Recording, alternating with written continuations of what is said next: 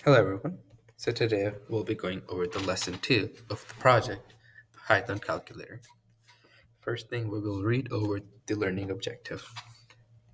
So the goal of this lesson is for you guys to understand how we can basically iterate over a string by character and how to validate the user's input using basic string manipulation techniques and conditional statements in Python.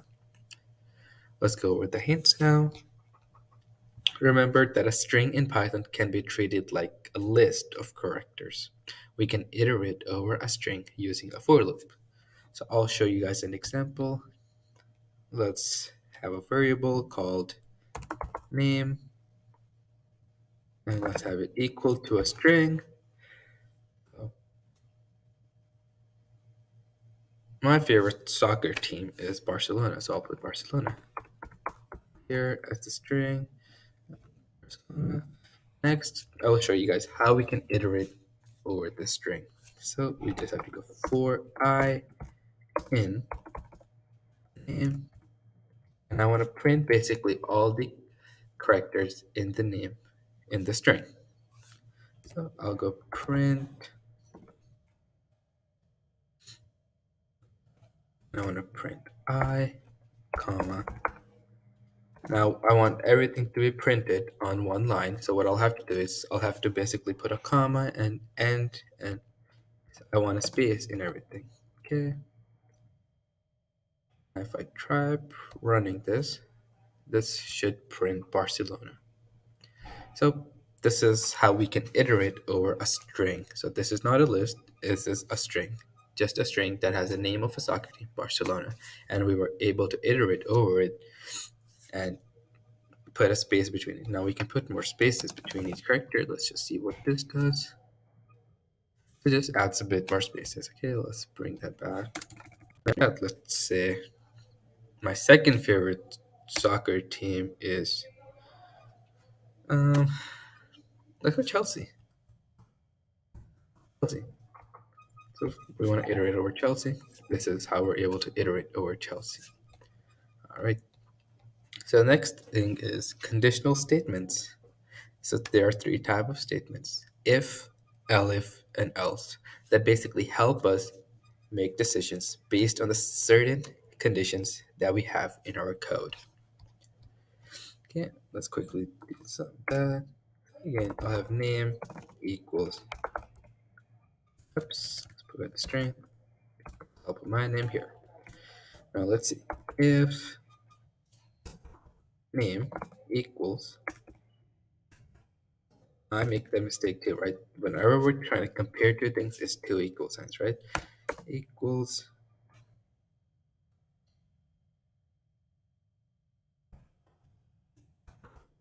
uphill. Oops. We basically want to print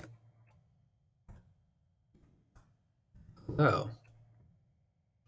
Else, if the name does not equal to uphill,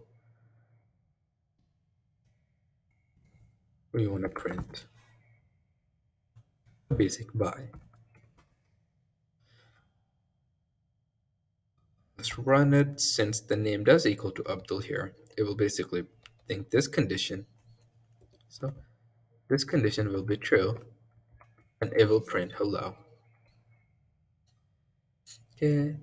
Now what we can also do is have an elif. So to implement an elif, we basically have to do elif. And elif name equals to, let's say,